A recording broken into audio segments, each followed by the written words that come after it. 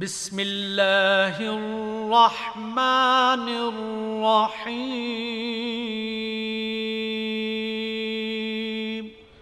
آج کی اس مجلس کا باقاعدہ آغاز کیا جاتا ہے۔ اگر گنتی کریں تو 16 علماء، 16 یہ طالب علم اللہ کے نبی علیہ السلام کی اس حدیث کو بالخصوص پڑھنے کی سعادت حاصل کر رہے ہیں۔ درس حدیث ارشاد فرمانے کے لیے شیخ محترم حضرت مولانا ارشاد الحق عصری صاحب اپنی مسرت پہ تشریف فرما ہو چکے ہیں۔ میک ان کے حوالے کرتے ہیں اور وہ حدیث کا سبق۔ الحمدللہ رب العالمین والصلاة والسلام على سیدنا محمد صلی اللہ علیہ وسلم خاتم الانبیاء والمرسلین وعلى آلہ وصحبہ اجمعین وعلى من تبعهم بإحسان إلى يوم الدين. أما بعد،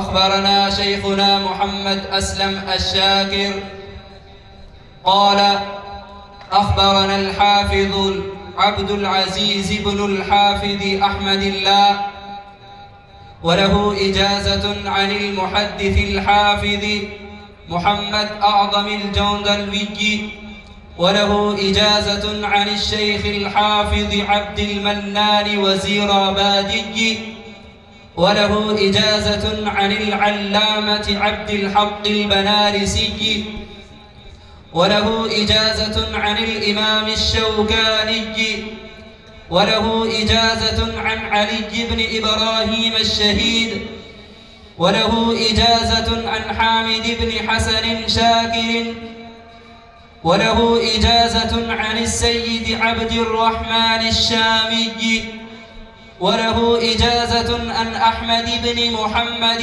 العجل اليمني، وله إجازة عن يحيى الطبري، وله إجازة عن الشيخ المحب الطبري، وله إجازة عن إبراهيم الدمشقي، وله إجازة عن الشيخ محمد الفارسيني، وله إجازة عن عبد الرحيم الخذلاني، وله إجازة عن أبي النعمان يحيى بن عمار الخذلاني، وله إجازة عن محمد بن يوسف الفربري، وله إجازة عن أمير المؤمنين في الفقه والحديث الإمام محمد بن إسماعيل البخاري قال: حدثنا أحمد بن إشكاب قال: حدثنا محمد بن فضيل عن عمارة بن القعقاع عن أبي زرعة عن أبي هريرة رضي الله تعالى عنه قال: قال النبي صلى الله عليه وسلم: كلمتان حبيبتان إلى الرحمن خفيفتان على اللسان ثقيلتان في الميزان سبحان الله وبحمده سبحان الله العظيم.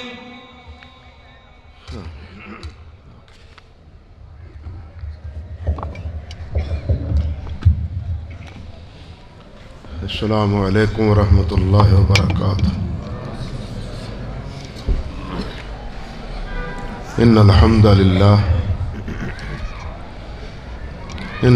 للہ رب العالمین حمدا کثیرا طیبا مبارکا فیہ۔ الحمد للہ نحمدہ ونستعینہ ونستغفرہ ونعوذ باللہ من شرور انفسنا ومن سیئات اعمالنا من یهده اللہ فلا مضل له ومن يضلل فلا هادي له واشهد ان لا اله الا الله وحده لا شريك له واشهد ان محمدا عبده ورسوله اما بعد فأعوذ بالله السميع العليم من الشيطان الرجيم من همزه ونفخه ونفثه بسم الله الرحمن الرحيم يا أيها الذين آمنوا اتقوا الله حق تقاته ولا تموتن إلا وأنتم مسلمون يا أيها الناس اتقوا ربكم الذي خلقكم من نفس واحدة وخلق منها زوجها وبث منهما رجالا كثيرا ونساء واتقوا الله الذي تساءلون به والأرحام إن الله كان عليكم رقيبا يا أيها الذين آمنوا اتقوا الله وقولوا قولا سديدا يصلح لكم أعمالكم ويغفر لكم ذنوبكم ومن يطع الله ورسوله فقد فاز فوزا عظيما اللهم صل على محمد وعلى آل محمد كما صليت على إبراهيم وعلى آل إبراهيم إنك حميد مجيد اللهم بارك على محمد وعلى آل محمد كما باركت على إبراهيم وعلى آل إبراهيم إنك حميد مجيد رب اشرح لي صدري ويسر لي أمري واحلل عقدة من لساني يفقه قولي اللهم انفعنا بما علمتنا وعلمنا ما ينفعنا وزدنا علما اللهم إنا نعوذ بك من علم لا ينفع ومن قلب لا يخشع ومن نفس لا تشبع ومن دعوات لا يستجاب لها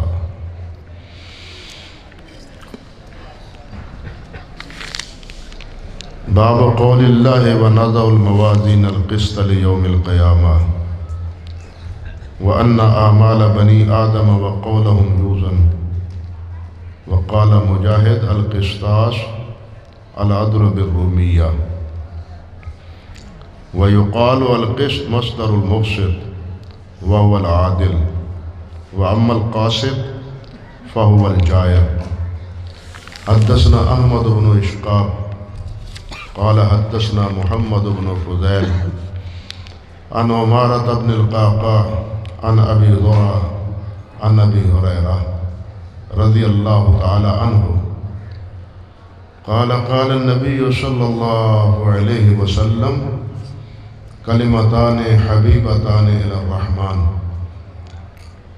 ثقيلتان في الميزان خفيفتان على اللسان ثقيلتان في الميزان سبحان الله وبحمده سبحان الله العظيم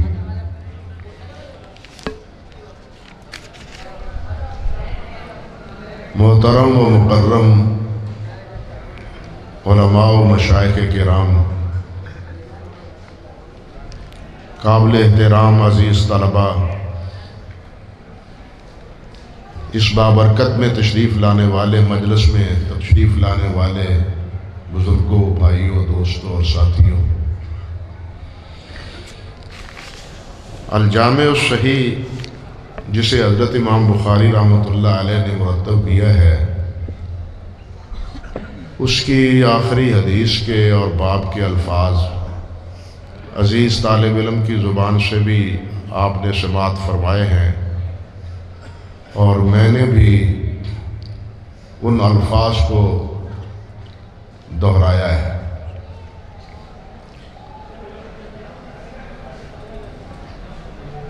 امام صاحب نے یہ کتاب، جس کو ہم جامع صحیح بخاری کہتے ہیں، تقریباً 97 کتب پر مشتمل عناوین پر اسے مرتب کیا ہے۔ 97 کتب ہیں۔ یوں سمجھنا چاہیے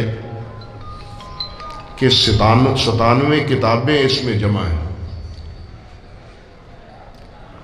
کتاب و کیفہ بدل وحی سے لے کے آخری کتاب کتاب التوحید تک 97 کتابوں پر مشتمل ہے، اور ہر کتاب میں متعدد ابواب ہیں، اور ہر باب کے تحت کم سے کم ایک اور کبھی 8-10 احادیث مبارکہ بھی ایک ایک باب میں اس باب سے جو متعلق ہوتی ہیں امام صاحب ذکر کرتے ہیں. اللہ اکبر کبیرہ. اور پھر ان ابواب کو جس طرح انہوں نے مرتب کیا ہے وہ ترتیب امام بخاری رحمۃ اللہ علیہ سے پہلے نہ کسی نے اختیار کی، اور نہ ہی اس اسلوب کو، اس ترتیب کو متاخرین میں سے کسی نے اپنایا. یہ بات میں نہیں کہتا، میرا حسن ظن یا میری حسن عقیدت حضرت امام بخاری رحمۃ اللہ علیہ سے بالعموم جو علماء اہل حدیث کو ہے، اس تناظر میں یہ بات میں نہیں کہہ رہا، بلکہ یہ بات علامہ انور شاہ کشمیری نے رحمۃ اللہ علیہ انہوں نے فیض الباری کے مقدمے میں کی ہے.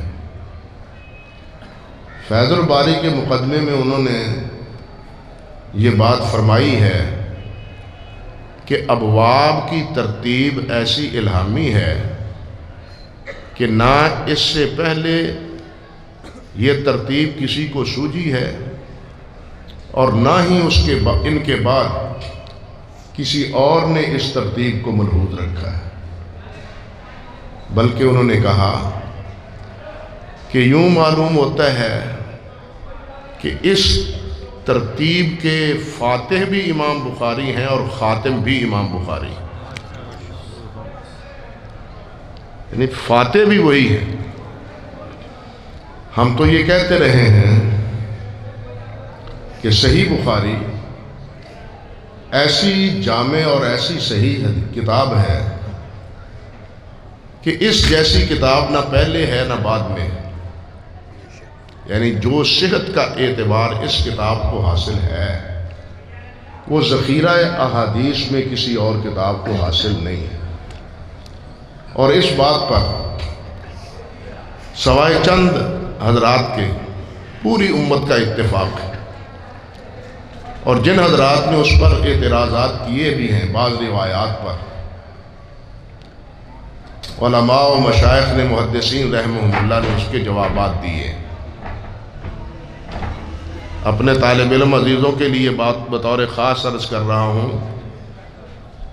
کہ ان کے جوابات حافظ ابن حجر رحمۃ اللہ علیہ نے مقدمہ فتح الباری میں دیے، لیکن ان میں سے 4 احادیث کے بارے میں حافظ ابن حجر نے بھی کہا ہے کہ ان کا کوئی معقول جواب میرے پاس نہیں ہے. 4 احادیث پر ایسے اعتراضات ہیں کہ ان کا معقول جواب میرے پاس نہیں ہے. یہ فتح الباری کے مقدمے میں کہتے ہیں، لیکن انہی 4 احادیث پر جب فتح الباری میں بحث کرتے ہیں تو ان کا جواب بھی دیتے ہیں. اس کا جواب بھی دیا. یہ کیوں ہوا کہ ایک طرف لکھتے ہیں اس کا کوئی جواب نہیں ہے، کوئی صحیح جواب نہیں ہے، لیکن جب شرح لکھتے ہیں تو اس میں اس اعتراض کا جواب دیتے. یہ بظاہر دو ایک متضاد سی چیزیں معلوم ہوتی. تو اس کی حقیقت یہ ہے کہ حافظ ابن حجر رحمۃ اللہ علیہ نے فتح الباری کا مقدمہ پہلے لکھا ہے اور فتح الباری کی شرح جو ہے نا وہ بعد میں لکھی. مقدمہ پہلے لکھا ہے انہوں نے، شرح بعد میں لکھی.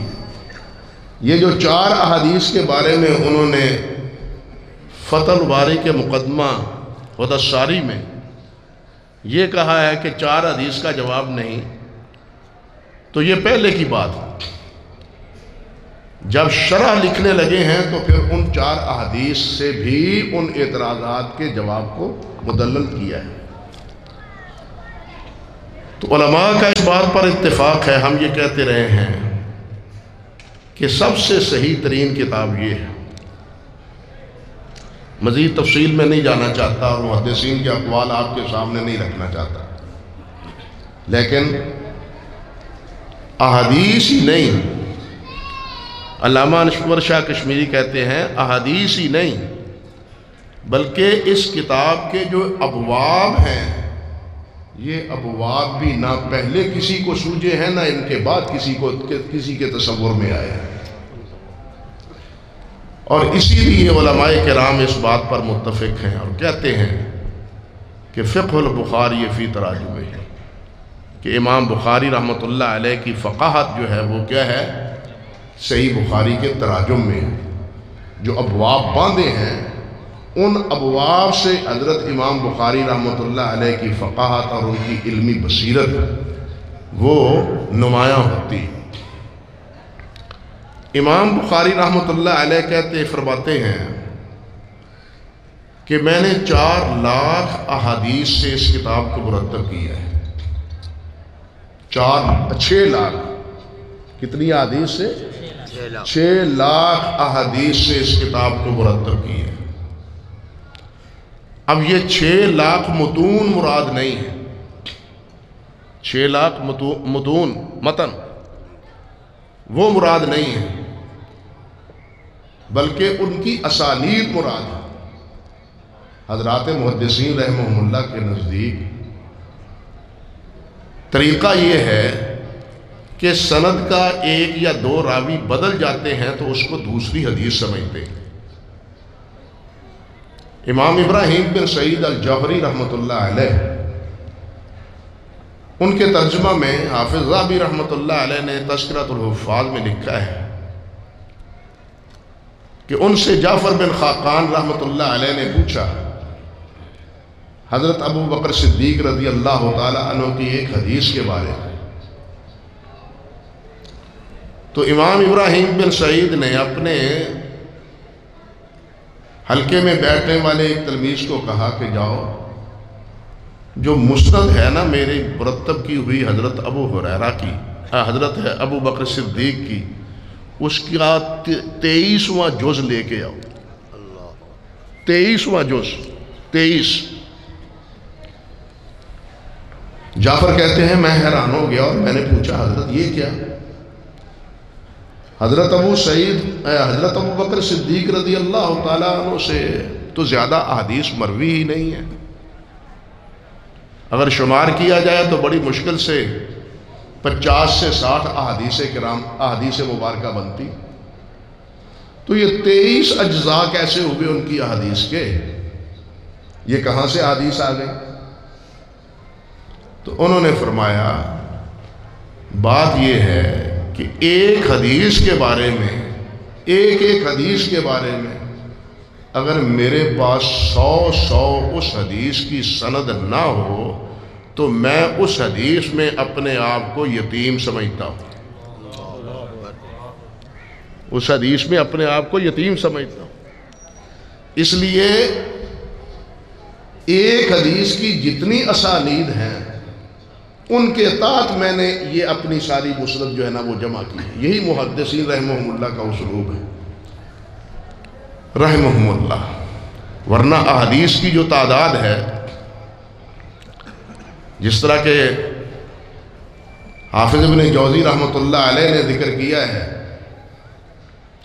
وہ فرماتے ہیں کہ تمام متون جمع کیے جائیں، صحیح بھی اور ضعیف بھی، مراسیل بھی اور متصل بھی،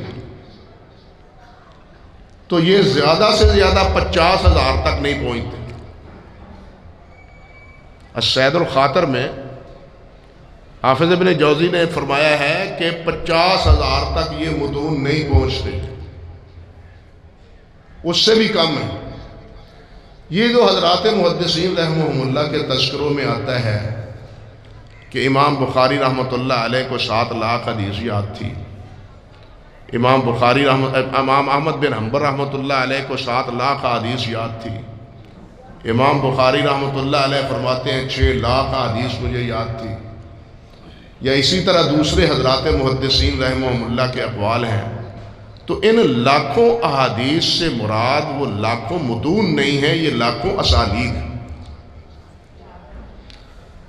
سب سے زیادہ جامع حدیث کی کتاب اس وقت جو ہمارے سامنے ہے وہ کنز العمال ہے، جسے امام علی متقی رحمۃ اللہ علیہ نے جمع کیا ہے، اور یہ کتاب بھی دراصل حافظ سیوطی رحمۃ اللہ علیہ کی جمع الجوامع سے ماخوذ ہے۔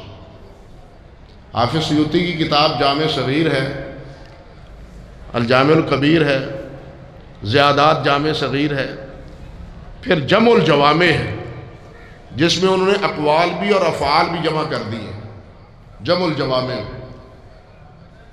بعد میں علی متقی رحمۃ اللہ علیہ نے ان کو ابواب پر مشتمل کتاب میں مرتب کیا ہے اور اس کا نام کنز العمال رکھا۔ جو سب سے بڑا ذخیرہ ہے، جس میں صحیح بھی ہیں، ضعیف بھی ہیں، بعض موقوف بھی ہیں، ان کی تعداد زیادہ سے زیادہ کتنی بنتی ہے؟ 46,624 46,624 بنتی۔ تو وہی بات جو علامہ ابن جوزی نے فرمائی ہے کہ تمام متون جمع کیے جائیں تو ان متون کی تعداد وہ کتنی پہنچتی ہے؟ زیادہ سے زیادہ 50,000۔ تو امام بخاری رحمۃ اللہ علیہ نے جو فرمایا ہے کہ 6 لاکھ احادیث سے میں نے اس کتاب کو مرتب کیا ہے، تو ان 6 لاکھ سے مراد 6 لاکھ اسانید، 6 لاکھ متون نہیں ہے۔ اور جب اس کتاب کو مرتب کیا ہے اور علماء کرام نے اس کا جائزہ لیا ہے، دیکھا ہے ایک ایک سند کو، ایک ایک لفظ کو، ایک ایک جملے کو، تو انہوں نے امام بخاری کے ساتھ اتفاق کیا ہے، امام بخاری کے ساتھ اتفاق کیا ہے۔ میں ایک بات عرض کرتا ہوں، علماء کرام، طالب علم میرے عزیز غور فرمائیں، محدثین رحمہم اللہ کے ہاں یہ بات ہے کہ اصح الاسانید کون سی ہے۔ سب سے پہلے اس موضوع پر گفتگو کی ہے امام حاکم رحمۃ اللہ علیہ نے معرفت علوم الحدیث میں، 6 صفحات پر مشتمل ہے وہ ساری بات۔ امام حاکم سے باقی بعد میں جتنے بھی آئے ہیں اصول پر لکھنے والے، بشمول حافظ سخاوی اور حافظ سیوطی کے، وہ سب امام حاکم سے لیتے ہیں۔ اور امام حاکم نے جو ذکر کیا ہے ان میں مختلف اقوال ہیں۔ بعض حضرات فرماتے ہیں کہ اصح الاسانید مالک نافع عن ابن عمر ہے۔ شرح نخبہ میں آپ نے پڑھا ہوگا یہ مسئلہ کہ اصح الاسانید وہ کیا ہیں؟ مالک نافع عن ابن عمر۔ بعض کہتے ہیں کہ نہیں، اصح الاسانید ہے زہری ان سالم عن ابن عمر۔ امام بخاری کا ایک قول یہ بھی ہے کہ حضرت ابو ہریرہ کی اسانید میں ابو الزناد عن الاعرج عن ابی ہریرہ ہے۔ ایک قول یہ بھی ہے کہ اصح الاسانید منصور عن ابراہیم عن علقمہ عن ابن مسعود۔ اس طرح مختلف اقوال ہیں، مختلف اقوال، جس طرح اصح الاسانید ہے اسی طرح اوہل اسانید بھی ہیں، سب سے کمزور اسانید بھی۔ تو خیر، مگر جتنے بعد میں آئے ہیں حافظ ابن الصلاح سے لے کے سیوطی رحمۃ اللہ علیہ تک، تمام کہتے ہیں کہ ہم علی الاطلاق کسی سند کو صحیح قرار نہیں دے سکتے، اس کو اصح نہیں کہہ سکتے۔ علی الاطلاق شرح نخبہ میں بھی حافظ نے کہا ہے کہ ہم علی الاطلاق کسی سند کو اصح الاسانید نہیں کہہ سکتے، حتیٰ کہ اصح المتون بھی نہیں کہہ سکتے۔ سب یہ کہتے ہیں، مگر قابل غور بات یہ ہے کہ یہ باتیں کہنے والے معمولی انسان نہیں ہے۔ کوئی امام بخاری ہے کچھ اقوال امام احمد کے ہیں، کچھ اقوال امام علی بن مدینی کے ہیں، کچھ عمر بن علی الفلاس کے ہیں. تو یہ مختلف جو بڑے بڑے جہابزہ ائمہ کرام تھے یہ ان کے اقوال ہیں. لیکن حافظ ابن صلاح سے لے کے بعد میں آنے والے سب کہتے ہیں کہ جناب ہم کسی سند کو علی الاطلاق اسانید نہیں قرار دے سکتے. کیوں؟ اختلاف ہے. مگر امام بخاری نے الجامع الصحیح لکھی ہے. امام بخاری نے الجامع الصحیح لکھی ہے اور اس کو امت کے سامنے پیش کیا ہے، اور ساری امت کہتی ہے ساری حدیثیں صحیح ہیں اور سب سے آسان ہے. کوئی فرق سمجھے کہ وہاں بھی ائمہ کے اقوال ہیں نا اصح الاسانید کے حوالے سے، لیکن ان میں کسی قول کو ترجیح کی پوزیشن میں کوئی نہیں ہے. امام بخاری رحمۃ اللہ علیہ نے صحیح احادیثیں جمع کی ہیں تو سب کہتے ہیں یہ سب صحیح ہیں. تو گویا امام بخاری رحمۃ اللہ علیہ کی اس دعوے کو جو انہوں نے اپنے اس کتاب کے نام میں رکھا ہے اس کو پوری امت نے قبول کیا ہے، اس کا اعتراف کیا ہے. اب احادیث کے حوالے سے بھی اور باب کے حوالے سے بھی نہ یہ ابواب کسی اور کو سوجے ہیں اور نہ ہی صحت کے اعتبار سے صحیح بخاری سے کوئی اور کتاب بڑھ سکی. سب سے زیادہ تو صحیح مسلم ہے نا صحیح بخاری کے بعد. مگر امام دارقطنی کیا کہتے ہیں، شاہ ولی اللہ کیا کہتے ہیں؟ وہ کہتے ہیں یہ تو مستخرج ہے اب صحیح بخاری پر. صحیح بخاری پر یہ مستخرج ہے، وہ مستقل کتاب نہیں ہے. مستقل کتاب امام بخاری کی ہے، انہوں نے جو لیا ہے امام بخاری سے لیا. اللہ اکبر کبیر. شاہ صاحب بھی یہی کہتے ہیں اور امام مسلم رحمۃ اللہ علیہ کے بارے میں یہی بات امام دارقطنی رحمۃ اللہ علیہ نے بھی کی اور بھی کہی ہے، لیکن ساری بات نہیں کہتا.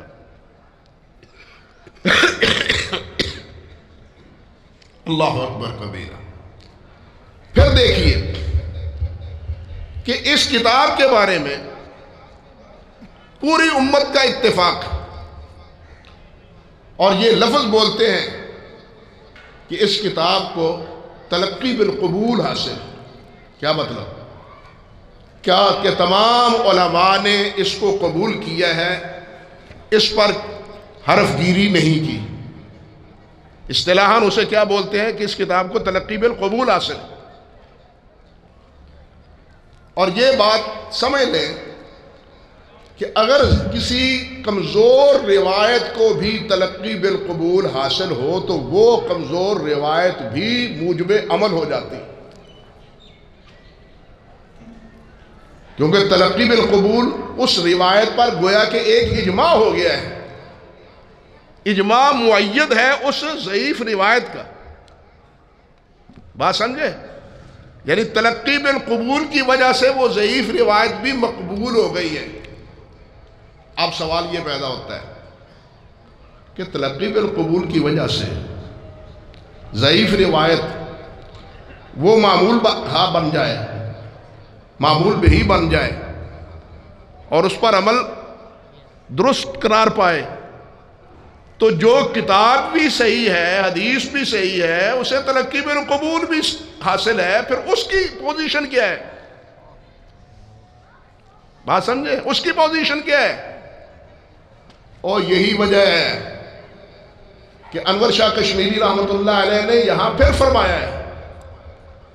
وہ فرماتے ہیں کہ صحیح بخاری کی احادیث جو ہیں، صحیح بخاری کی جو احادیث ہیں، ان احادیث سے علم یقینی حاصل ہوتا ہے، علم نظری نہیں، علم یقینی حاصل ہوتا ہے.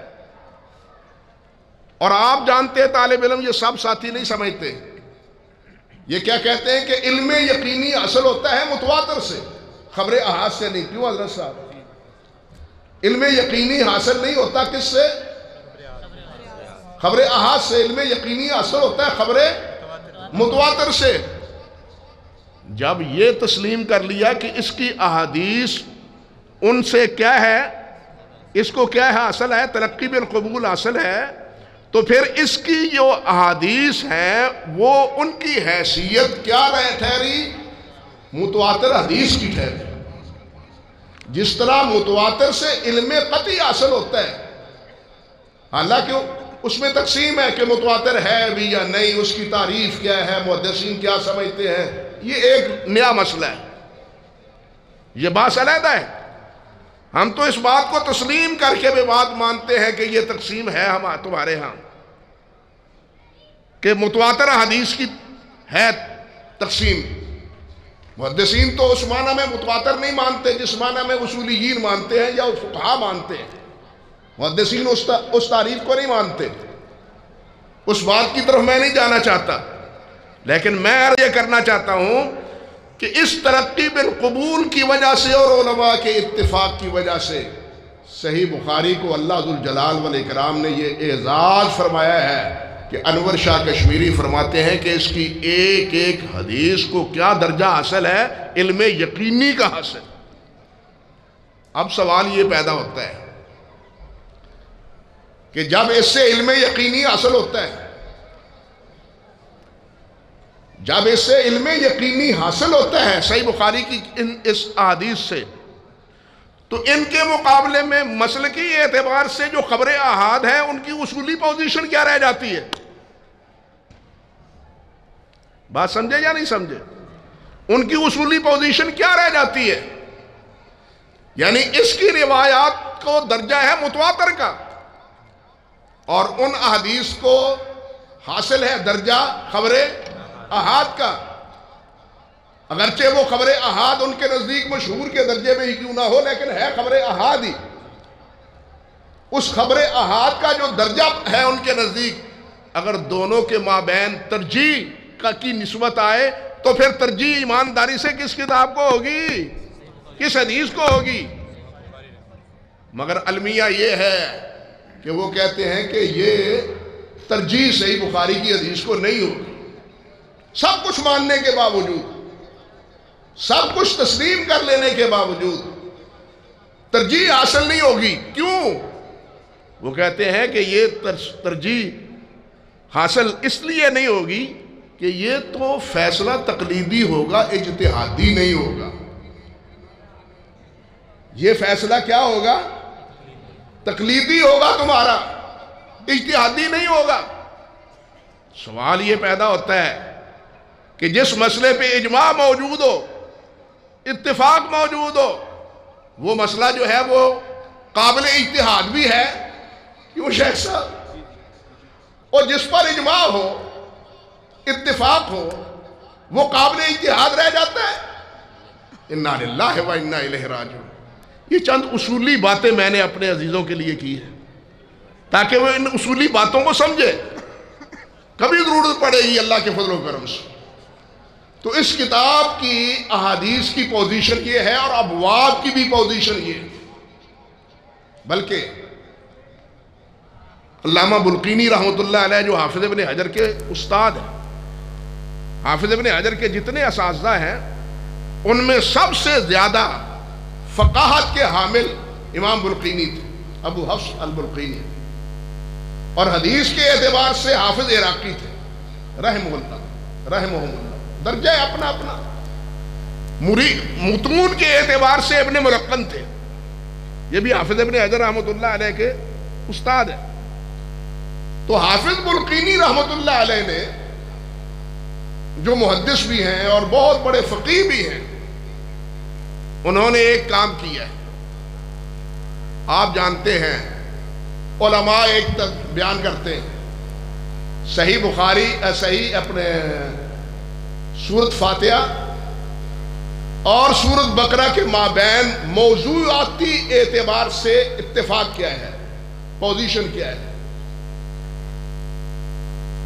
سورت فاتحہ کا کیا تعلق ہے سورت بقرہ سے، اور کیا تناسب ہے سورت بقرہ کو آل عمران سے، اور آل عمران کو کیا مناسبت ہے سورت نساء سے۔ نساء کو کیا ترتیب حاصل ہے اس سے سورۃ مائدہ سے، یہ ترتیب علماء بیان کرتے ہیں یا نہیں؟ آیات کی بھی بیان کرنے کی کوشش کرتے ہیں، سورتوں کی بھی بیان کرنے کی کوشش کرتے ہیں۔ آپ حیران ہوں گے کہ حافظ بلقینی رحمۃ اللہ علیہ نے الجامع الصحیح کی پہلی کتاب سے لے کے آخری کتاب کے مابین ترتیب ذکر کی ہے کہ یہ ترتیب کسی اور کو نہیں سوجی، ایسی ترتیب ہے۔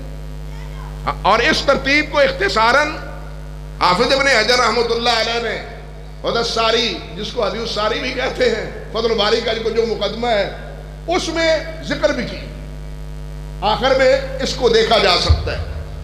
یعنی ایسا حسن ترتیب ہے امام بخاری کی کتاب میں ابواب کو ذکر کرنے میں کہ ایک باب دوسرے باب سے ملا ہوا ہے، ایک کی دوسرے باب کے ساتھ مناسبت ہے۔ اور یہی نہیں، اس سے بھی ایک اور بات آگے ہے، اللہ اکبر کبیرہ۔ لوگ پھر کہتے ہیں کہ امام بخاری فقیہ نہیں ہے، انا للہ و انا الیہ راجعون۔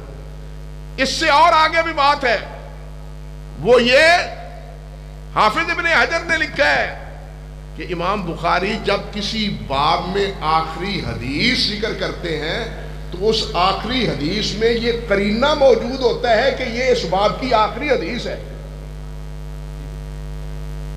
کہ یہ اس باب کی آخری حدیث ہے۔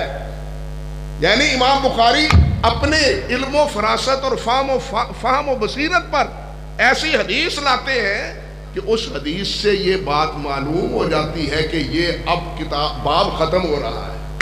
اللہ اکبر کبیر۔ یعنی یہاں تک امام بخاری نے اس کتاب کا اہتمام کیا ہے ابواب کے دائرے میں۔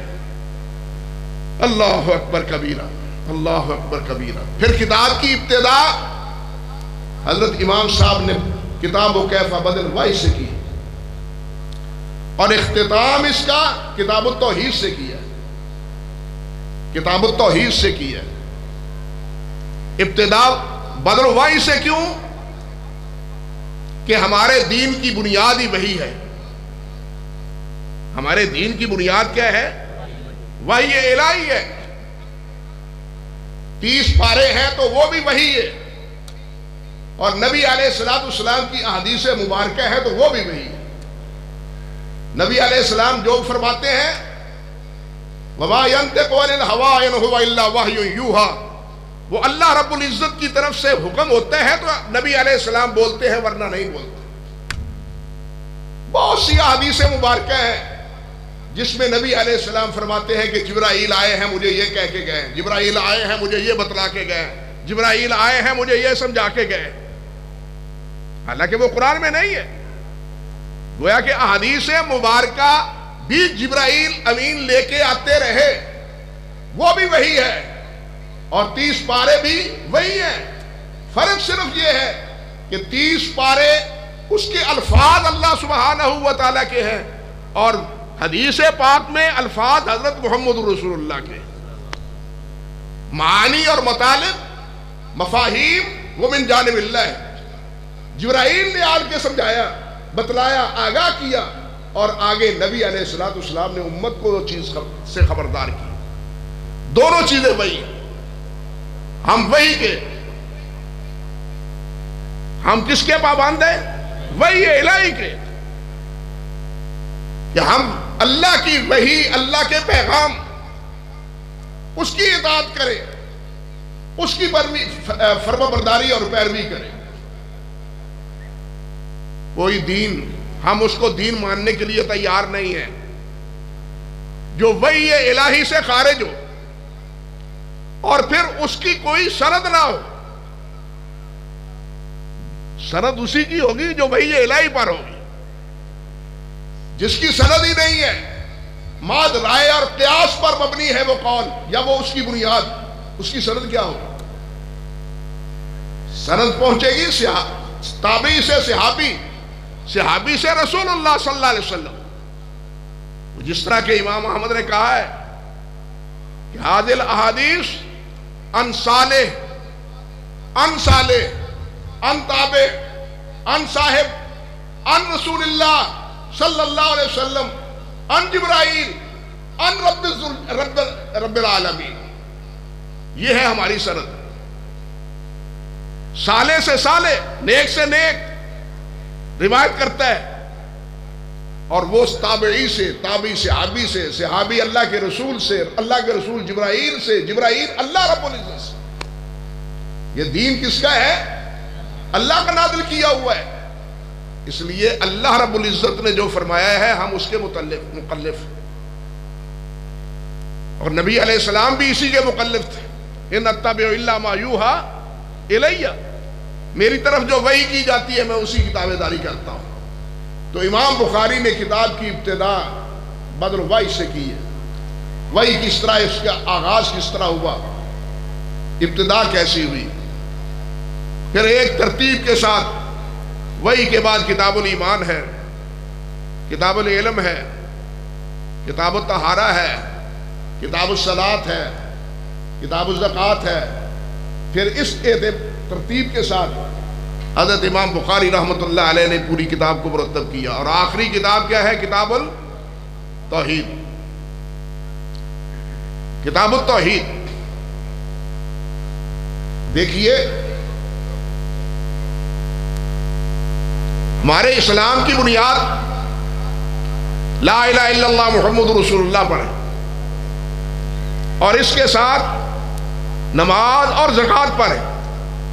فَإِن تَابُوا وَأَقَامُوا الصَّلَاةَ وَآتَوُا الزَّكَاةَ فَإِخْوَانُكُمْ فِي الدِّينِ. یہ تمہارے دین کے بھائی ہیں.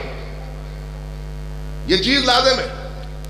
پوچھا بھی گیا کہ من اسلام، اسلام کیا ہے؟ فرمایا شہادت ان لا الہ الا اللہ وان محمد عبدہ ورسولہ واقام الصلاۃ وایتاء الزکوٰۃ وحج البیت. یہ چیزیں نبی علیہ السلام نے اسلام کے جواب میں بیان فرمائی. میں اپنے بھائیوں سے عرض کروں گا، ہم مسلمان ہیں، ہمیں سوچنا چاہیے کہ ہم اس اسلام کے پابند ہیں. جو اسلام کی تعلیم دی ہے نبی علیہ السلام نے، اس کی پابندی ہے کہ ہم مسلمان کہلائیں. پھر ایک بات یہ بھی رکھے ذہن میں، اللہ کہ دنیا میں فیصلے اسلام پر ہیں اور آخرت میں فیصلے ایمان پر ہیں. ایمان کا تعلق قلب سے ہے، دل سے ہے، اور دلوں کا راز اللہ جاننے والا ہے. اس لیے آخرت کے فیصلے دل کی بنیاد پر، ایمان پر ہوں گے کہ اس کا ایمان صحیح بھی ہے یا نہیں. وہ کلمہ تو منافق بھی پڑھتے تھے، کلمہ تو منافق بھی پڑھتے تھے، لیکن ان کے ایمان کا اعتبار نہیں ہے.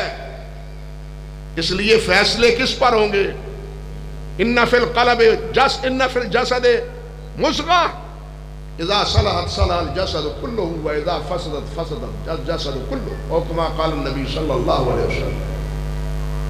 تو نبی علیہ ایمان، کتاب الایمان، اس کے بعد طہارت، اور آخر میں پھر کتاب التوحید. آخر میں کتاب التوحید اس لیے کہ توحید ہی انسان کے لیے بنیادی نجات کا ذریعہ ہے. اگر ایمان لے بھی آئے اور توحید نہیں، ایمان میں شہادتین کا اقرار ہے لیکن توحید کا اعتراف اس میں بعید طور نہیں، جس طور پر امام بخاری رحمۃ اللہ علیہ نے اور محدثین رحمہ اللہ نے ذکر کیا ہے. نتیجہ توحید پر نکلے گا کہ توحید ٹھیک ہے، اور وہ بھی نبی علیہ السلام نے فرمایا من کان آخر کلامہ لا الہ الا اللہ دخل الجنہ. یہاں یہ مت سمجھے کہ لا الہ الا اللہ صرف اتنا ہی مراد ہے، نہیں، یہ تو بطور علم ہے. مراد اصل میں لا الہ الا اللہ محمد رسول اللہ ہے، پورا کلمہ مراد ہے. یا اس کے علاوہ ایسے کلمات اور ایسے جملے مراد ہیں جس سے اللہ سبحانہ و تعالیٰ کی محبت، اللہ رب العزت سے تعلق اور وابستگی کا اظہار ہوتا ہو. جس طرح نبی علیہ السلام کے آخری کلمات تھے اللہم بالرفیق الاعلیٰ. آپ کے آخری کلمات زبان مبارک پر کیا تھے؟ اللہم بالرفیق الاعلیٰ. یعنی اللہ رب العزت کا کسی نہ کسی طریقے پر زبان پر ذکر آ جائے اور دل میں اس کا تصور آ جائے. یہ آخری بات ہے. اور جس طرح اعمال کا دار و مدار نیات پر ہے، اسی طرح اعمال کا اعتبار خاتمہ عمل پر ہے۔ انما الاعمال بالخواتیم، جس طرح انما الاعمال بالنیات ہے، اسی طرح انما الاعمال بالخواتیم بھی ہے کہ خاتمہ پر، اس کا خاتمہ کس پر ہوا ہے۔ حدیث میں آتا ہے کہ ایسے افراد ہوتے ہیں جو زندگی بھر معصیت اور نافرمانی میں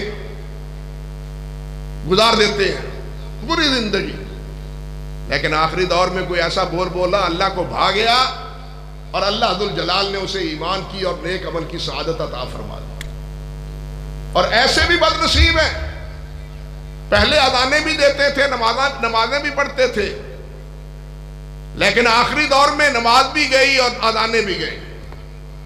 ایسے بد نصیب بھی ہیں۔ اس لیے اعمال کا اعتبار خاتمہ عمل پر ہے کہ یہ خاتمہ بالخیر ہو رہا ہے یا خاتمہ بالشر ہو رہا ہے۔ اللہ ہمارا خاتمہ بالخیر کرے۔ تو اسی لیے امام بخاری رحمۃ اللہ علیہ نے یہ باب آخر میں باندھا ہے کہ کتاب الایمان میں، حالانکہ اللہ اور اللہ کے رسول پر ایمان شامل ہے، اشہد ان لا الہ الا اللہ و اشہد ان محمد رسول اللہ، توحید اس میں آئی ہے، لیکن توحید کے جو مشتملات ہیں، مقتضیات ہیں، اللہ رب العزت کی عظمت کے جو راز ہیں، وہ کتاب الایمان میں نہیں ہے۔ اللہ رب العزت کی صفات، اللہ کی کبریائی، اللہ کی یکتائی، اس کا اظہار امام بخاری رحمۃ اللہ علیہ نے کتاب کے آخر میں کیا ہے، کتاب التوحید میں کیا ہے۔ اور کتاب التوحید میں بھی اللہ رب العزت کی یکتائی کے ساتھ ساتھ، وحدانیت کے ساتھ ساتھ، اللہ اکبر، اللہ رب العزت کی صفات پر زور دیا ہے، جس کو ہم توحید فی الاسماء والصفات کہتے ہیں۔ علماء جسے توحید فی الاسماء والصفات کہتے ہیں، زیادہ زور امام بخاری رحمۃ اللہ علیہ نے اسی پر دیا ہے۔ اللہ رب العزت کی وحدانیت، ایک ہے اللہ ایک ہے، اور اللہ کا ایک ہونا ہی اللہ کا کمال ہے۔ انسان مخلوق ایک نہیں، مخلوق جوڑا جوڑا ہے، اس کا وقار اور اس کی عزت جوڑے میں ہے، اور یہ جوڑا جن و انس میں نہیں، یہ جوڑا حیوانات میں بھی ہے اور حجر و شجر میں بھی ہے، درختوں میں بھی ہے، نر مادہ وہاں بھی ہے۔ یہ جوڑا نہیں ہے تو اس اللہ آحد اور واحد ذات میں نہیں ہے۔ وہاں جوڑا ہونا اس کی احدیت کے منافی ہے، یہاں جوڑا نہ ہونا اس کی کمزوری اور نقص کے مترادف۔ بات سمجھے؟ تو اللہ سبحانہ و تعالیٰ کی صفات کا ذکر کیا، اور صفات میں بھی آخری صفت کہ اللہ ذوالجلال متکلم ہے، کلام کرتے ہیں۔ اللہ کلام کرتے ہیں، بدعی فرقوں کی طرح نہیں کہ اللہ کلام پیدا کرتے ہیں کسی چیز میں، نہیں، اللہ کلام کرتے، متکلم ہے خود، اللہ کلام کرتے ہیں۔ اور اس کی 30 ابواب میں امام بخاری رحمۃ اللہ علیہ نے بات کی اور دلائل دیے کہ دنیا میں بھی، معاشر میں بھی اور جنت میں بھی، ہر جگہ پہنچنے کے بعد اللہ سبحانہ و تعالیٰ کلام کریں گے۔ دنیا سے پہلے بھی کلام کیا ہے اللہ نے، دنیا کو پیدا کرتے ہوئے بھی اللہ نے کلام کیا ہے، انبیاء سے بھی کلام کیا ہے، میدان معاشر میں بھی اللہ کلام کریں گے، اور جب جنت میں جنتی پہنچے گے اللہ ان سے بھی ہم کلام ہو۔ سمجھے نا؟ اس طرح کلام کو امام بخاری رحمۃ اللہ علیہ نے ذکر کیا، حافظ رحمۃ اللہ علیہ نے ذکر کیا ہے کہ اس میں اشارہ یہ بھی ہے، جو بات جہاں سے کتاب کی ابتدا کی، کیف کان بدر، وہی سے، وہی کس سے آتی ہے؟ من جانب اللہ، اللہ کے کلام کرنے سے آتی ہے نا۔ جہاں سے کتاب کی ابتدا کی ہے، گویا اسی صفت پر امام نے کتاب کا اختتام کیا ہے۔ جس صفت سے ابتدا کی ہے، اختتام بھی اسی صفت پر کیا ہے۔ اللہ اکبر کبیرہ۔ اور پھر آخری باب جس میں امام صاحب ذکر کرتے ہیں باب قول اللہ ونضع الموازین القسط لیوم القیامہ، کہ قیامت کے دن ہم انصاف کے ترازو رکھیں گے۔ میرے بھائیوں، ایک ہے حساب، ایک ہے بدل اعمال۔ یہ بڑی لمبی باتیں ہیں، صحیح بخاری کے اس آخری حدیث کے حوالے سے اگر اللہ توفیق عطا فرمائے تو یہ ایک دو مجلسوں میں مکمل نہیں ہو سکتی، اگرچہ وہ مجلسیں دو دو تین تین گھنٹے کی کیوں نہ ہوں۔ دو تین مجلسوں میں اس کا اختتام نہیں ہو پاتا۔ یہ تو ضروری باتیں کچھ طالب علموں کے لیے ہم کہہ دیتے ہیں، اکثر باتیں ایسے بھی ہوتے ہیں جو ساتھی جو ہے سمجھ نہیں پاتے ان باتوں کو، نہ ان کا موضوع یہ ہوتا ہے۔ موضوع یہ ہے طالب علموں کا، طالب علموں سے بات ہو تو انداز اسلوب کچھ اور ہونا چاہیے، رکھنا بھی چاہیے۔ اگر عوام الناس کا رکھا جائے تو ان بیچاروں کا کیا قصور ہے، یہ کس لیے بیٹھے ہیں؟ تو عرض کرنے کا مقصد یہ تھا کہ پہلے حساب ہے، پھر اس کے بعد وزن اعمال ہے۔ انسان کا آخری معاملہ وزن اعمال ہے، اور وزن اعمال کے بعد جنت یا دوزخ ہے۔ بات سمجھے؟ وزن اعمال کے بعد انسان کا فیصلہ ہے، پہلے حساب ہے۔ اللہ اکبر، اللہ ہمیں حساب سے بھی سرخرو کرے۔ کچھ وہ بھی خوش نصیب ہیں جن کو بغیر حساب کے اللہ جنت میں داخل کرے۔ نبی علیہ السلام نے فرمایا میری امت کے 70,000 افراد ہوں گے جو بغیر حساب کے جائیں گے، ان سے کچھ نہیں پوچھا جائے گا۔ پھر آپ نے دوبارہ دعا کی، پھر اللہ تعالیٰ نے خبر دی کہ ہر 1000 کے ساتھ 70,000 بغیر حساب کے۔ حساب کیا ہے؟ حساب یہ ہے کہ باہم آپس کے معاملات کو۔ ایک حدیث میں آتا ہے کہ اس وقت تک انسان کا قدم زمین سے نہیں ہلے گا جب تک 5 باتوں کا جواب نہیں دے لے گا۔ پہلے اس کا حساب ہے۔ کیا حساب ہے؟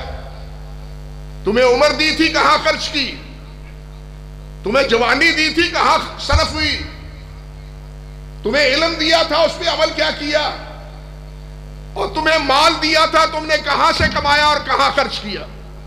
یہ حساب ہے، سمجھے بات؟ یہ حساب ہے۔ یہی حساب ہے جس کو نبی علیہ السلام نے فرمایا تم جانتے ہو میری امت کا مفلس کون ہے؟ آگے یاد حدیث، میری امت کا مفلس کون ہے؟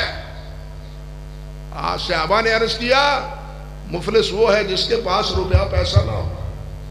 آپ نے فرمایا نہیں، میری امت کا بد نصیب مفلس وہ ہے جو قیامت کے دن میدان معاشر میں آئے گا، نمازیں لے کے آئے گا، حج زکوٰۃ لے کے آئے گا، روزے لے کے آئے گا، لیکن اما شتم ھذا اما ضرب ھذا، اس کو مارا، اس کو گالی دی، اس پر تہمت زنی کی، اس کا حق کھایا، اس کا حق مارا، وہ سارے جمع ہوں گے، کیونکہ وہ دن انصاف کا ہے۔ دنیا میں انصاف نہیں ہے، انصاف آخرت میں ہے۔ یہاں تو کسی کو کوئی پوچھنے والا ہی نہیں ہے، جس کے پاس انصاف، جس کے پاس پیسے ہیں انصاف وہ لے جاتا ہے، وہ انصاف پیسوں سے تول کے لے جاتا ہے۔ یہاں انصاف کسی کو میسر نہیں ہے، حال ہمارا یہی ہے۔ انصاف اسی لیے مالک یوم الدین اس دن ہوگا جس میں انصاف حیوانوں کے مابین بھی ہوگا۔ اللہ اکبر کبیر۔ نبی علیہ السلام نے فرمایا کہ اگر ایک بکری سینگوں والی ہے، اس نے دنیا میں بغیر سینگ والی بکری کو مارا ہوگا، تو قیامت کے دن جو بونی بکری ہے اس کو سینگ اللہ دے گا اور کہے گا اسی طرح مارو جس طرح اس نے تمہیں دنیا میں مارا ہے۔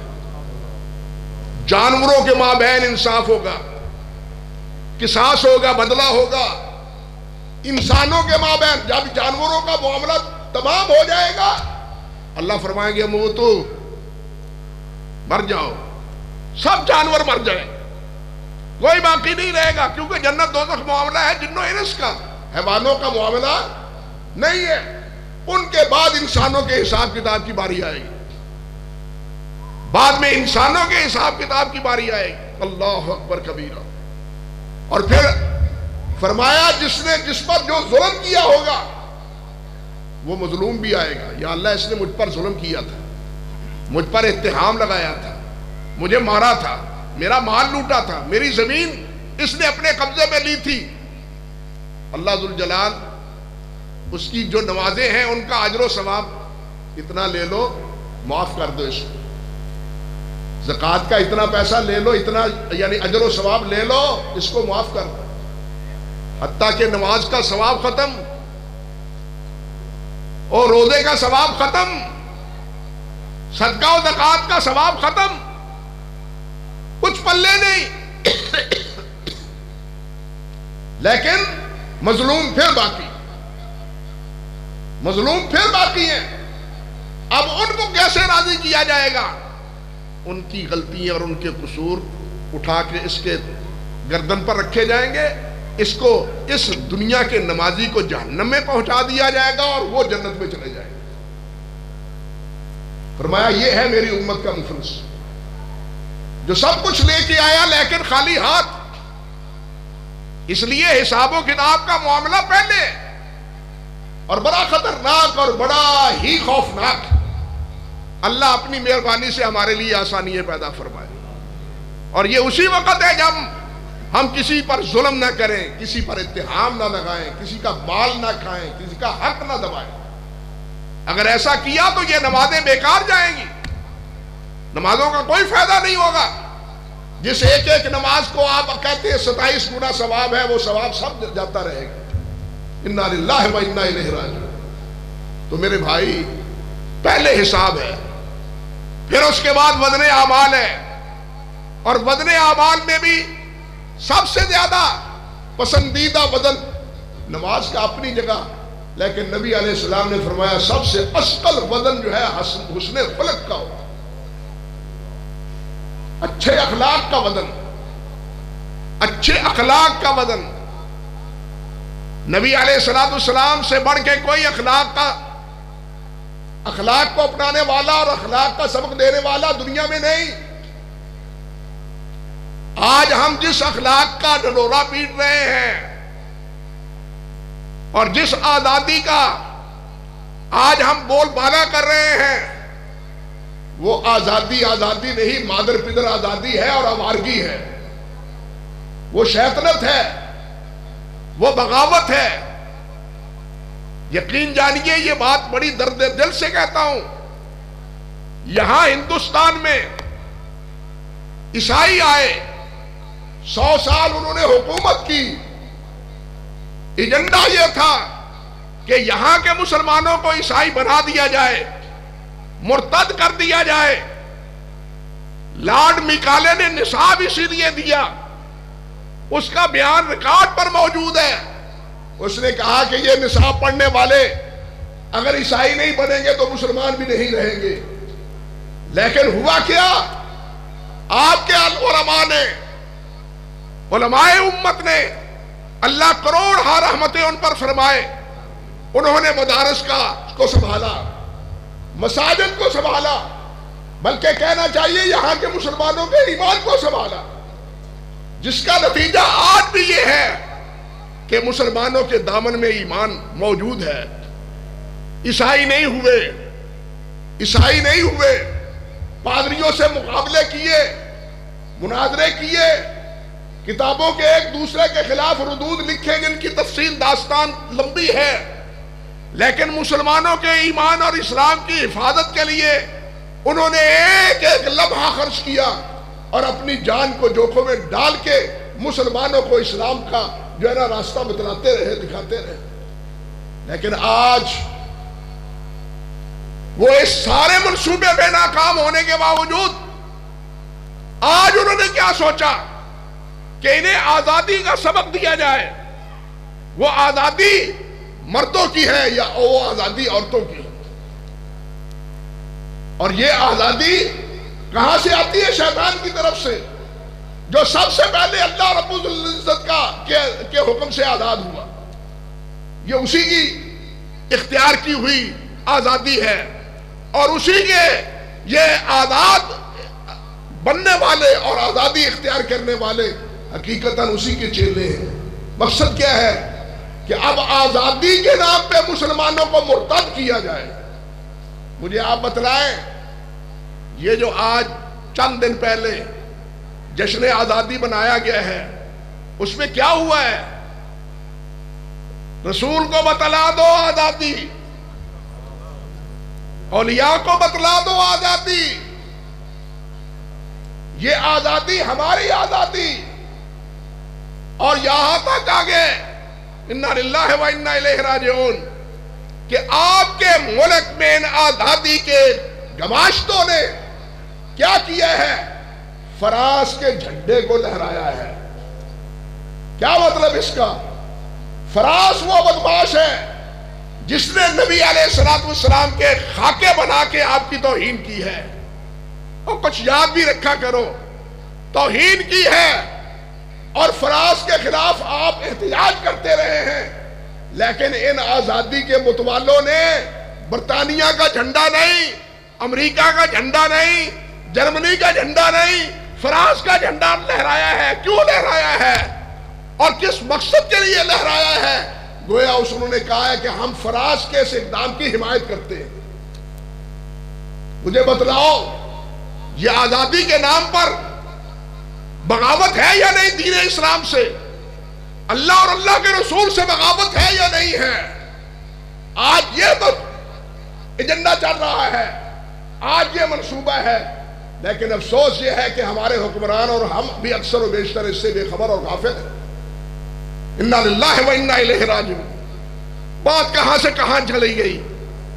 عرض کرنا یہ چاہتا تھا کہ آخری عمل وہ توحید پر، اور توحید بھی اللہ رب العزت کی یکتائی، اللہ کی وحدانیت۔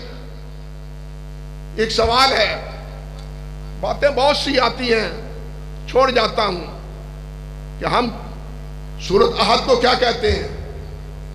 سورۃ احد کہتے ہیں، قل هو اللہ احد اللہ الصمد لم یلد ولم یولد ولم یکن لہ کفوا احد۔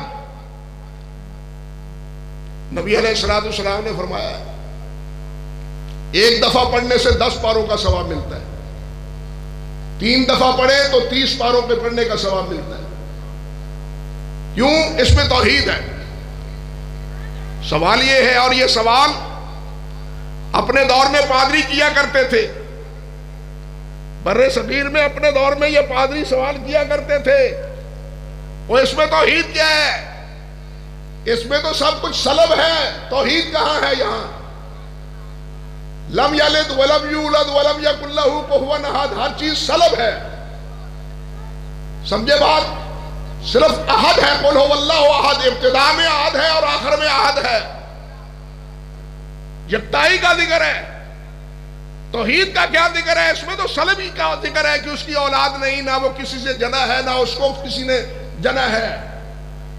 یہ تو یہ توحید ہے، لیکن وہ بیچارے یہ نہیں سمجھ پاتے تھے کہ اللہ کا احد ہونا ہی اللہ کی توحید اور یکتائی۔ بات سمجھے؟ اللہ کا احد ہونا ہی، اللہ کا ایک ہونا، جوڑا نہ ہونا، یہی اللہ کی یکتائی ہے۔ اس دنیا میں نبی ہو، ولی ہو، جو بھی ہو، وہ جوڑے کا بھی محتاج ہے، وہ اولاد کا بھی محتاج ہے، وہ جوڑے کا بھی محتاج اور اولاد کا بھی محتاج، لیکن اللہ نہ جوڑے کا محتاج نہ اولاد کا محتاج، وہ کسی کا محتاج نہیں۔ اس لیے یہ سورت الاحد توحید کی ہے۔ اور صفات میں یاد رکھیں، کمال 3 چیزوں سے ہوتا ہے، کمال 3 چیزوں سے ہوتا ہے۔ ایک سبب تو یہ کہ اپنی صفات میں وہ یکتا ہو، دوسرا یہ کہ اس کی صفات میں کوئی نقص نہ ہو، تیسرا یہ کہ وہ ادراک سے وراء الورا ہو، تیسرا یہ کہ وہ ادراک سے وراء الورا ہو۔ یہ تینوں صفتیں اگر پائی جاتی ہیں تو میرے اللہ میں پائی جاتی ہیں، کسی اور میں نہیں پائی جاتی۔ صفات کا کمال ہے تو اللہ ذو الجلال کا، جہاں ہر صفت کامل ہے وہاں نقص کا کوئی سوال ہی نہیں ہے۔ نقص تو تب ہو جب مقابلہ ہو، جب کسی کا مقابلے کا کوئی تصور نہیں ہے تو نقص کہاں۔ اور اللہ تعالیٰ انہو قرآن مجید نے کیا کہا ہے؟ وہ سب کو ادراک کرتا ہے، اللہ ہر ایک کا ادراک کرتے ہیں، لیکن اللہ کا کوئی ادراک کرنے والا نہیں ہے۔ اس لیے تمام صفات کاملہ سے اگر متصف ہے تو وہ صرف اللہ وحدہ لا شریک ہے اور کوئی نہیں۔ تو یہاں بھی حضرت امام صاحب رحمۃ اللہ علیہ نے یہ جو حدیث ذکر کی ہے، اب اس کا کتاب التوحید کے ساتھ ذکر کیا ہے، کیا مناسبت ہے؟ بظاہر اس میں کوئی توحید کا ذکر نہیں ہے، لیکن سبحان اللہ و بحمدہ، یہ دونوں جملے جو ہیں، یا سبحان اللہ العظیم، یہ دونوں جملے اللہ ذو الجلال کی توحید پر بھی دلالت کرتے ہیں۔ یہ جہاں تسبیح ہے، جہاں حمد ہے، وہاں یہ اللہ تعالیٰ کی توحید بھی ہے۔ کیوں؟ اس لیے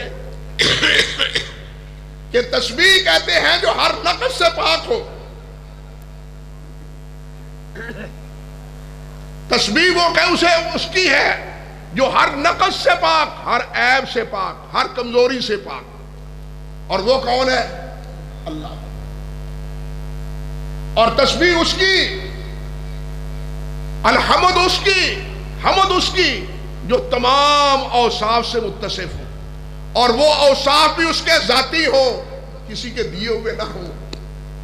اللہ کے جتنے اوصاف ہیں اس کے ذاتی ہیں، اللہ کے سب اوصاف کیا ہیں؟ ذاتی ہیں، کسی نے دیے نہیں۔ مخلوق کے جتنے اوصاف ہیں وہ سب کے سب کیا ہیں؟ دیے ہوئے ہیں، اللہ کے عطا کیے ہوئے ہیں، اللہ کے عطا کیے ہوئے ہیں۔ اللہ اکبر کبیرہ۔ یہاں ایک مسئلہ ہے، اللہ اکبر، جب غلطی ہوتی ہے تو بڑوں بڑوں سے ہوتی ہے۔ غلطی جو ہوتی ہے نا، جب بڑی ہوتی ہے تو وہ بڑا ہی آدمی کرتا ہے، معمولی آدمی نہیں کرتا۔ جتنی بڑی غلطی ہوتی ہے نا، بڑا آدمی کرتا ہے۔ مولانا قاسم نانوتوی مرحوم نے کہا ہے کہ نبی علیہ السلام کی حیات ذاتی تھی۔ نبی علیہ السلام کی حیات کیا تھی؟ ذاتی تھی۔ وہ کہتے ہیں کیا مطلب؟ وہ کہتے ہیں نبی علیہ السلام پر موت نہیں آئی، وفات نہیں پائی آپ نے۔ ایسا ہوا یوں سمجھو کہ دیا جل رہا تھا، اس کے اوپر آپ نے سرکوب رکھ دیا، دیا جل ہی رہا ہے، دیا جل رہا ہے، وہ بجھا نہیں، اس کے اوپر آپ نے گلاس یا سرکوب رکھ دیا ہے، اندر سے جل رہا ہے، کیونکہ آپ کی حیات ذاتی تھی۔ اگر ذاتی نہ مانے تو وہ سلب بھی ہوگی، جس نے دی ہے وہ سلب بھی کر لے گا، وہ چھین بھی لے گا، لے بھی لے گا۔ آپ کی حیاتی کیا ہے؟ ذاتی ہے۔ انا للہ و انا الیہ راجعون۔ حالانکہ یہ بہت بڑی غلطی ہے، بہت بڑی۔ ان کے علم و فضل کے باوجود اللہ ذو الجلال والاکرام نے فرمایا انک میت فانہم میتون، آپ بھی دنیا سے جانے والے ہیں، وہ بھی جانے والے ہیں۔ اور یہاں موت کا لفظ اللہ ذو الجلال نے فرمایا ہے، موت کا لفظ، بلکہ اللہ ذو الجلال والاکرام نے نبی علیہ السلام کی زبان سے کہلوایا ہے اپنے بارے میں ہلاک کا لفظ۔ سورت کیا ہے؟ سورت ملک میں، ان اہلکنی اللہ، اگر مجھے اللہ ہلاک کر دے تو تمہیں کون زندگی دے گا؟ ہلاک کا لفظ اللہ کے رسول کے لیے اللہ تعالیٰ نے بولا ہے۔ اب وہ لغت اٹھا کے دیکھیں، زبیدی نے بھی اور دوسرے اپنے ائمہ لغت نے بھی کہا ہے کہ ہلاک کا لفظ یہ اس میں یک گنا اہانت کا پہلو پایا جاتا ہے، اہانت کا پہلو پایا جاتا ہے۔ اور یہ لفظ اللہ نے نبی علیہ السلام کے لیے بھی اور یہ لفظ اللہ ذو الجلال نے عیسیٰ علیہ السلام اور ان کی والدہ کے لیے بھی بولے. بات سمجھے کیوں؟ ان کے بارے میں یہ کیوں بولے؟ اللہ کو تو معلوم تھا کہ مریم کو بھی اور عیسیٰ علیہ السلام کو بھی میرے مقابلے میں لایا جائے گا، اس لیے میں کہوں یہ تو ہلاک ہونے والے ہیں. بات سمجھے؟ یہ ہلاک ہونے والے ہیں. یہی کیفیت حضرت صلی اللہ علیہ وسلم کے بارے میں ہے. اللہ نے آپ کے بارے میں بھی یہی الفاظ فرمایا کہ ان اہلکنی اللہ، اگر مجھے ہلاک کر دے. وہ فرماتے ہیں اللہ ذو الجلال جو چاہے بولے، ہمیں یہ لفظ بولنے سے گریز کرنا چاہیے. ہم وفات تو کہہ سکتے ہیں، موت تو کہہ سکتے ہیں، ہلاک نہ کہیں. یہ ہمارا معاملہ ہے. تو عرض کرنے کا مقصد یہ تھا کہ حیات اور بقا اور تمام صفات ذاتی اگر کس کی ہے تو کس کی ہے؟ اللہ ذو الجلال کی. باقی علم ہے، زندگی ہے، یا کوئی اور وصف ہے، مال ہے، اولاد ہے، جو بھی ہے، یہ سب کچھ کس کا دیا ہوا ہے؟ اللہ رب العزت کا دیا ہوا ہے. تو یہ صفات دو ذکر کی ہیں، سبحان اللہ والحمدللہ. اور جس میں کوئی عیب نہ ہو، جس میں کوئی نقص نہ ہو، اور جو تمام اوصاف سے متصف ہو. بڑا بھی وہی ہوتا ہے، اکبر بھی وہی ہوتا ہے، عظیم بھی وہی ہوتا ہے. باقی تو بیچارے ہم جیسے چھوٹے ہی ہوتے ہیں. سمجھے یا نہیں؟ اس لیے سبحان اللہ و بحمدہ، سبحان اللہ العظیم، کہ وہی اللہ ہے بڑا جو ہر نقص سے پاک ہے، ہر عیب سے پاک ہے. لیس کمثلہ شیء ہے، لا یسأل عما یفعل وہم یسألون ہے. اس سے کوئی پوچھنے والا نہیں، جو چاہے وہ پوچھے. یہ اس کی عظمت ہے، یہ اس کی کبریائی ہے. اللہ سبحانہ و تعالی ہمیں اپنی ذات کی کبریائی کی معرفت نصیب فرمائے. وقت کے مطابق انہی چند باتوں پر اکتفا کرتا ہوں. بلکہ میں نے تو کہا تھا کہ مجھ میں اتنی ہمت نہیں ہے جس طرح پہلے بول سکتا تھا، لیکن ان ساتھیوں نے بہت ہی دباؤ ڈالا. حافظ اسلم صاحب بالخصوص میرے مہربان ہیں قدیمی، اور میرے شہر کے امام صاحب بھی ہیں. اب اماموں کا انکار کریں تو پھر گستاخی قرار پائیں نا. اس لیے امام صاحب کی بات اور ادھر عامر بھائی کی بھی بات ماننی پڑی، اس لیے حاضر ہو گیا ہوں. یہ چند باتیں عرض کی ہیں. اللہ کرے یہ ہمارے لیے مفید ثابت ہو. اللہ ہمارا خاتمہ ایمان پر کرے، خاتمہ توحید پر کرے. وآخر دعوانا ان الحمدللہ رب العالمین.